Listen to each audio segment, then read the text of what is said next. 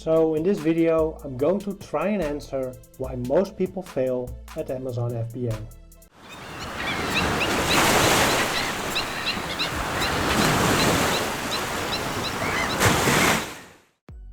So let me put this into a numbers perspective. From the millions of people who sell on Amazon, only 2% actually manages to turn it into a profitable business. 18% does okay, but 80% is basically responsible for 20% of all the revenue. Let me explain you why I think most people fail. Now, the biggest reason why I think that most people fail at selling on Amazon is because they jump in without any knowledge. Or, even worse, in many ways, they jump in with what I can only describe as feel-good knowledge. Now, in case you don't know what I mean by this, which is very likely, feel-good knowledge is knowledge you build up by only looking at the super positive side of it. And a practical example of this would be if you go on a platform like this, YouTube, and you only watch those, well, let's describe them as how I made $5,000 or $50,000 in 2 weeks with only $500. You know, those kind of videos. And the reason why I think that is worse than having no knowledge is because having this feel-good knowledge, it doesn't only make you believe you can do it, which in and of itself is not that bad, but it actually gives you the false sense of security that not only you can do it, but that it's going to be a walk in the park, that you're going to be a millionaire by the end of the week. So my advice to you is to invest in knowledge. Now, I do understand that most courses, or courses in general, have a bad reputation out there. But I think that even the worst course out there is better than no course at all. I would even add to that by saying that I believe that most people get upset about courses because they don't get the results they wanted, or perhaps the results that were advertised on the landing page.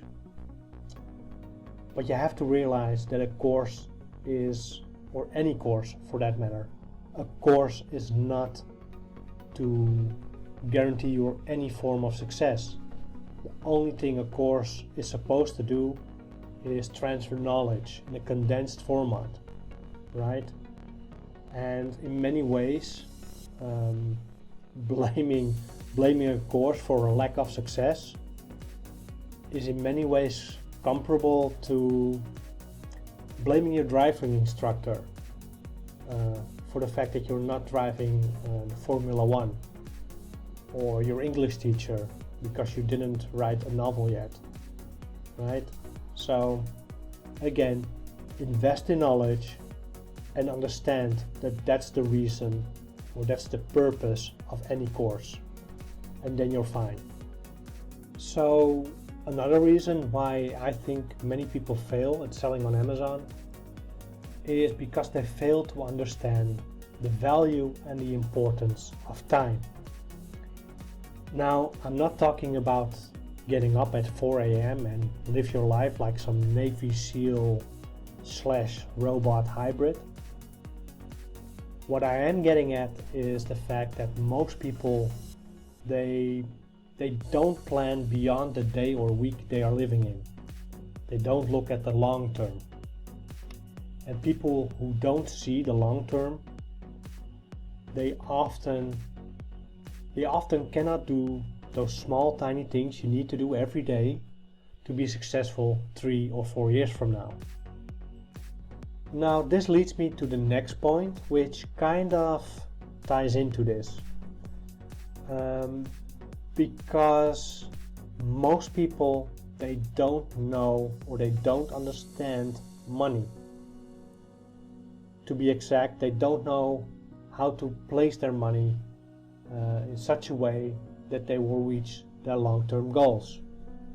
And again, that makes sense, okay? Because if you don't know how to plan far enough into the future, like time-wise, it's very unlikely you'll be placing investments over that timeline, right? So in a way it makes sense. If you don't understand time, money is also something you most likely don't understand. Now the funny thing is, or well, you can call it funny, I find it kind of sad actually. The thing is that if I take for example the average car loan, which is about $550 each month, most people, they just tend to jump into that without a second thought. And essentially all they get is an item which loses about a third of its value the moment you drive off the dealer's parking lot. Okay, now when you ask people,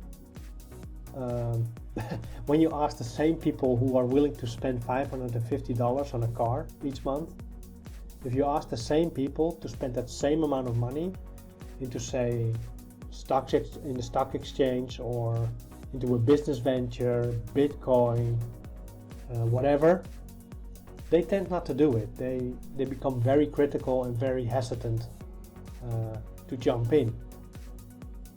Now, this is partly because when you buy into that car, you definitely get that car.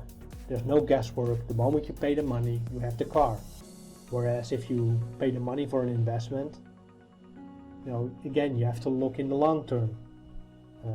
Will you get it back in 1, 2, 3 years? Will you get it back at all? So that's part of it, but there's actually something deeper going on here. And one of these underlying reasons is the fact that most people lack the ability to do a proper risk-reward assessment. If I take that car loan as an example, you'll pay $550 each month for the next 5 years. Okay? If the car gets damaged, you still have to pay. And unless you're like an Uber or Lyft driver,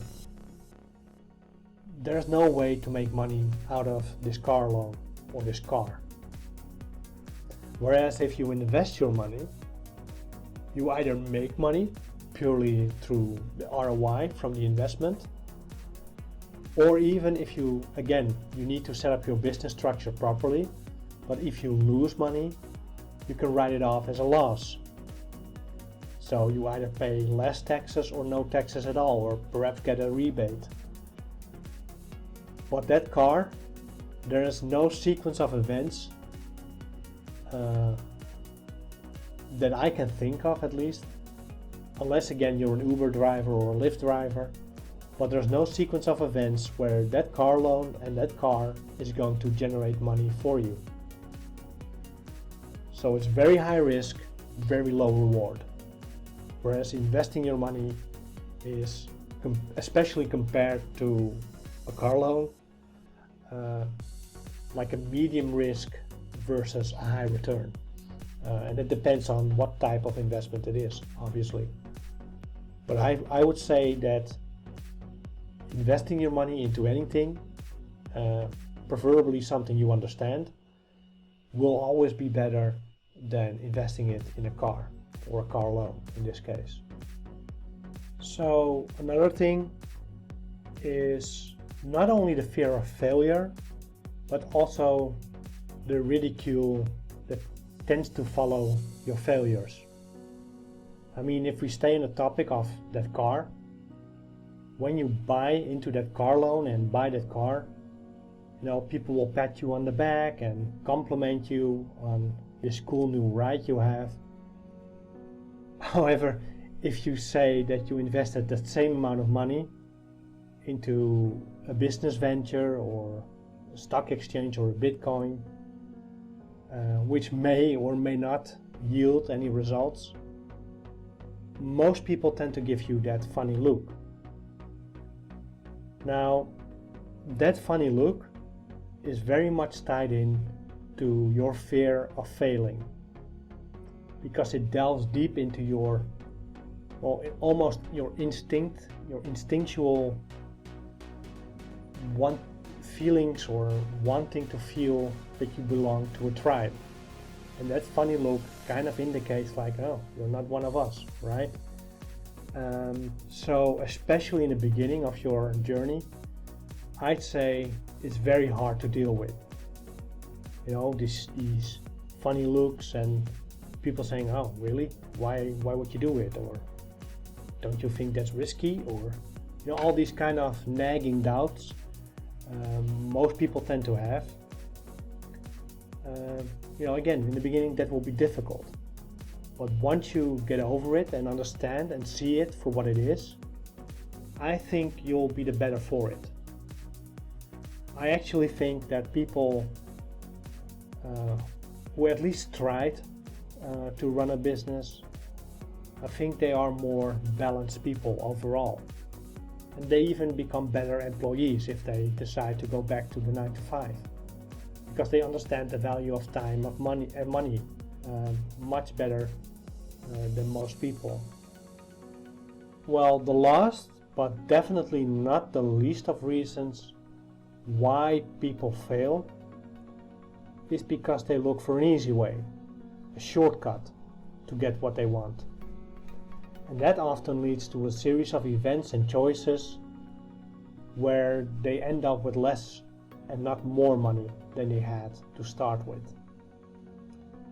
Now, I always tell people when I have them in coaching calls and stuff like that, I always tell them that you always need to push for a certain position of discomfort. Now, I'm not talking about jumping in some volcano or put all your money on black on the roulette table, but you have to push yourself. You have to be uncomfortable, because once you become comfortable, you're not growing anymore. And one of the tricks or methods I myself use more often than not is whatever I'm presented with a choice or a set of choices, I tend to pick the choice I least want to do, because I know that's the right one, the right choice. And to be honest, it tends to work out in the sense that I will get better results. Because what you have to realize is that gut feeling that everyone always talks about, that gut feeling is often inspired by fear. It's not inspired by common sense or rational thought, nothing like it.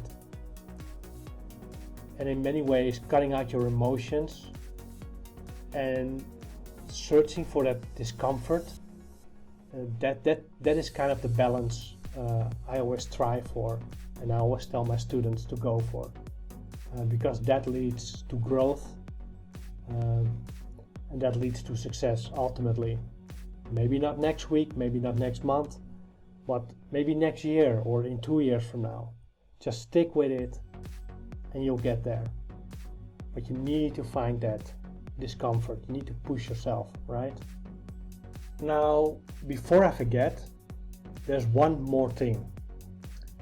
Now, it's technically not an example or a reason for failure, but I found that even people who buy courses and go through all of the material, they don't ever get started. And you need to take action. Yes, the chance of failure is there, But if you never gamble, if you never put the time or some skin in the game, as they say, then you will never win as well.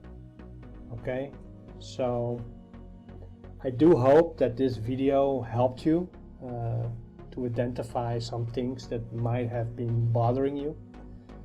And also, of course, if you like the content we create, please hit that like button and subscribe to our channel. Thanks for watching, and I'll see you in the next video. Bye bye.